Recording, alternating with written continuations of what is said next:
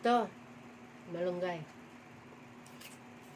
Ang tigas ng ano niya, tangkay. Sinubukan kong mag-ulam ng malunggay salad kasi unang-una masustansya to, bagay sa panggabi. Pangalawa, yun ang madaling ulamin ko.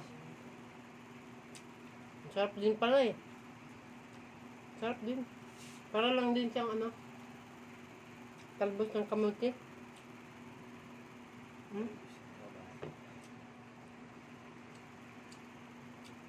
Kaya, kararating ko lang galing sa trabaho, panggabi ako.